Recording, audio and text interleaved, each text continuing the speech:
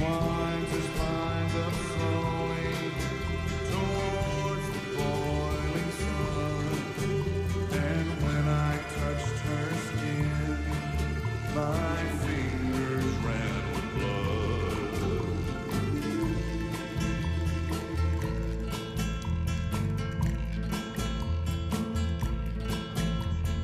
When the last light warms the rocks and the rattlesnakes unfold, Mountain cats will come to drag away the bones.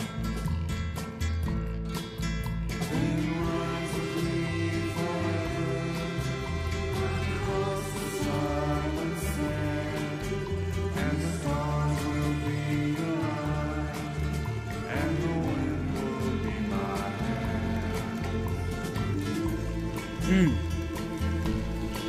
All right, and we are back here on The Horror with Mike, And Nate. and we are covering TV terror right now. Nate, you want to take it away again? Yeah, we were briefly discussing American Horror Story and how, I'll say it again, it's probably the most pure, truly horror show Right. on TV. And it sort of bridges a gap.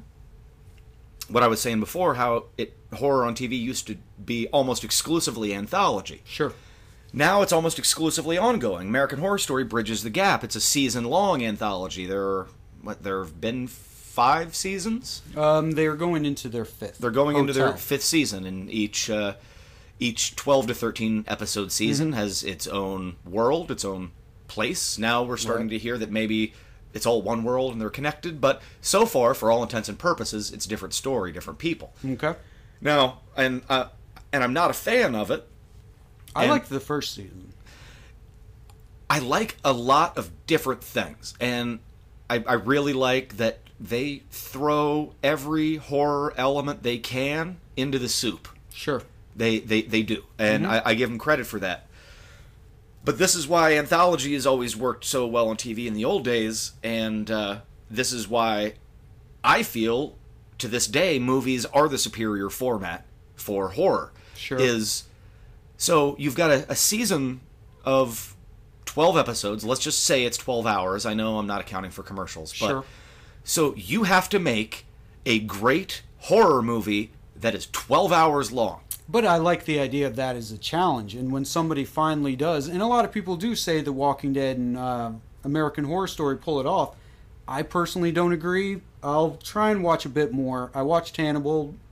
That was alright. I felt like that spun its wheels a bit. But I like that show. But I'm waiting for the show that fully takes use of it. And we talked about this. This could be its whole section in and of itself, so we'll kind of cut this out. Is True Detective. I thought did that. That was a movie cut into 8 hours. Yes. So I thought that worked, and I'm waiting for the show that utilizes this and figures out all the inherent problems and makes something that is like, oh, this could only have been done on TV. Well, and makes I it would a say movie. True Detective could have only been done on TV, but I would also say that it's a dramatic police procedural with some weirdness in it. Sure, sure. Yeah, and we'll cut that out because we could talk about that forever. Right, and that's part of it, because the object of a horror movie is to not even necessarily to scare you every time. It could be to unsettle you. It could be just to gross you out, but to shake you out of the reverie of your day to day. That's what's great about horror movies, and it can be great in small doses on horror shows. Sure. But that level that needs to be sustained to make something a great horror movie, Right. it can't be sustained forever. It can't be like, yes, it is, I will admit it's a challenge. It is possible to have an amazing and scary 12-hour-long horror movie. Right. I've got to say that it's darn near impossible, and it's certainly impossible to do 4 or 5 times in a row. Sure. So a lot of these ongoing shows, by necessity, they incorporate the horror elements into what it really takes to make a show and sustain a show, which is great characters. Well, see, that's the thing, and that's what I like about horror on TV, and that's what I'm hoping becomes, which is the thing, and I hope it sustains that, is that if you complain about horror movies is that it is a lack of character. Yes. But these TV shows are showing that you can care for these kind of characters. One that springs to my mind that was I kind of forgot about, but I watched a few years ago, was Harper's Island. Do you remember that one? I remember Harper's Island. Yeah, it was 12 episodes. A person died per episode. It was a slasher movie. It wasn't a good show, and it didn't get good viewership, and it tends to have been forgotten to the world's, the history of horror TV. But that showed how it could structure-wise work. Yes, indeed. I would also say that I'm very forgiving to horror movies in general, because what I look for in horror, to be scared, to be shocked, to be grossed out, isn't entirely contingent on characters. It doesn't have to be. There are a lot of horror movies that I love that have weak characters. Sure. But they have a gimmick, they have atmosphere, they have style, they have suspense, they have special effects, they have something else. Right. But that isn't enough for a TV show. For a TV show, for me, I know everybody is different, but for me, if there's not somebody, at least one person on that show that I care about what happens to them in the long term, I'm probably not going to come back week after week after week. Sure. Even if I would watch it once. Because, hey, sometimes horror movies are short, an hour 20. A pilot episode of a TV show is as long as a movie in some cases. Right. Well, and again, that's why this doesn't strike me as anything strange, and I keep hoping for something really awesome to come out of it, because eventually somebody's going to say, how do we do this, and how do we do this right? One of my personal go-tos in this is like Martyrs. Martyrs, I think, it starts to get the idea of what I'm hoping that TV shows will do, is that Martyrs switches gears on you every 15 minutes. It becomes a different story that you didn't think. So by the time Martyrs is over, you're watching a different movie than you started watching. And it keeps surprising on, oh, this isn't the main character. These people aren't who I thought they were. Oh, there's another level to this story. There's another level to this house. Is when somebody does that, where you sit down to watch a movie, or watch a show where you're like, oh, it's a slasher TV show. But then the killer gets revealed like episode 3. And you're like, where the fuck can it go from here? And they find ways to what happens when you stick in a slasher world for this amount of time. Somebody will figure out how to do it. And I think they're getting there, but it's going to need to be along the lines of a non-genre example, but True Detective, or Fargo, where you come up with your story, and then you pace out how to best tell that story, and then figure out how many episodes it's going to be. Sure. Instead of like, well, you know what? We went ahead and ordered 3 full seasons of this show, and we're going to hope it works out. No, you should start with, if your season is only going to be 6 or 8 episodes, as long as they're good, stick with that. Right. If you're going to do multiple seasons, you should really have it all planned out ahead of time. Right. And that isn't true for all shows, but I feel that it is important with horror, because horror doesn't have to have a conclusive ending, like, oh, this is over forever. Right. But horror has to have an ending, because, as I said, you can't sustain tension indefinitely. Well, here's another thing, is you have something like a franchise, where you have your Nightmare on Elm Streets, maybe that and Friday the 13th, kind of tough because you're talking about reinvention, which might not be a bad thing.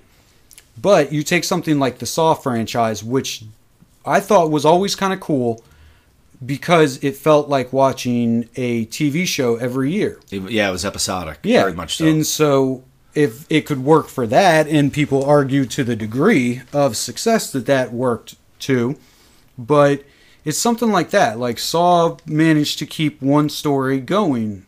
It's a movie cut into 8 pieces, and I don't think that maybe they got rolling after a while, but I think they were kind of making it up as they go along. Yeah, and that can be really exciting. I mean, yeah, it can, but I mean, also, I would say that for the Saw franchise, after a while, it really started to show that they were making it up. 'Cause Right. I give them all the points in the world for even attempting to make a linear Yeah, narrative. and that's kind of. Well, I think that's where we are. It's a lot of kudos. You're trying to do something. Right. Too many things aren't hitting that mark, but I'm glad to see people trying. Well, and creators these are things. given a lot more freedom on TV these days. Absolutely. For the length of the season, for the length of the episodes, for how often the show airs. You know, Yeah. if it's one season a year or, one every it's 2 like, or 3 years. It's like 6, 8, 10, 12, 22. Like there are no restrictions on it has to be this many episodes or whatever. So how many it takes, like the Scream TV series coming up is 10 episodes. Ash versus the Evil Dead will be 10 half-hour episodes. that one I'm looking forward to. Dude, no fucking kidding. This is Evil Dead 4. I recently learned, and I don't know why this wasn't made a bigger deal online, but Sam Raimi's directing the pilot episode. Yes, I heard about I mean, that. I know that they're all together making it, all the band's getting back together, but that he's actually going to be directing the first episode.